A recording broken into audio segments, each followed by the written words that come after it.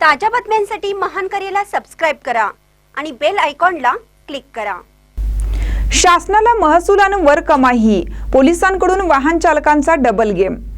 पोलिसांच्या तावडीत सापडलं आणि त्यातून सहजासहजी सुटका झालेली आहे असं ऐकण्यात नाही।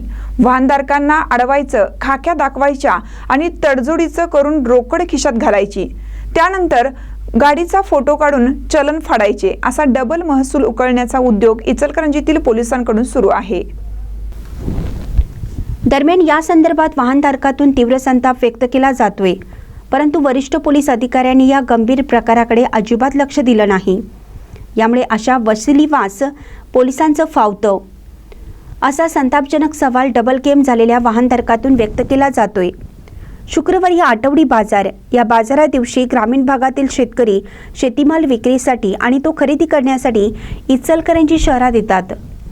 दुपारच्या सुमारास थोरात चौक येथे बाजारानिमित्त मोटरसायकलवरून लोक आले होते।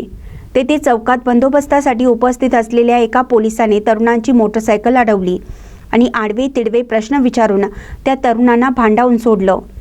तरुणांची चलबिचल सुरू झाली।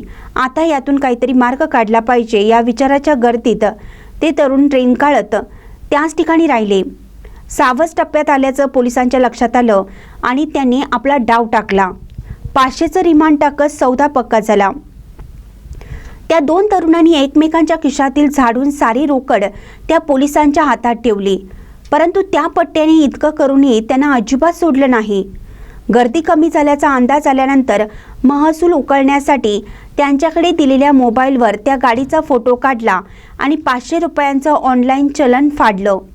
त्या तरुणांना मोबाईलवर मेसेज आल्यानंतर त्यांनी रोखीने पैसे दिले असताना परत ऑनलाईन चलन कसं काय, असा उलट सवाल केल्यानंतर त्याची सटकली आणि थेट मोटरसायकलसह त्या तरुणांना तेथूनच जवळ असलेल्या पोलीस ठाण्याच्या आवारात आणून ठेवलं।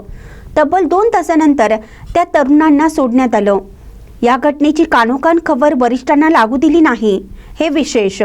दरम्यान आमची चूक नसतानाही पोलिसांच्या दमबाजीमुळे आम्ही दंड म्हणून 500 रुपये रोखीने दिले, तरी त्या पोलिसांनी ऑनलाईन चलन फाडलं, आमचा डबल गेम केला। अशा पोलिसांचा शासनाने पगार कापावा आणि सर्वसामान्य नागरिकांची होणारी आर्थिक लुबाडणूक थांबवावी, अशी तरुणांनी मागणी केली।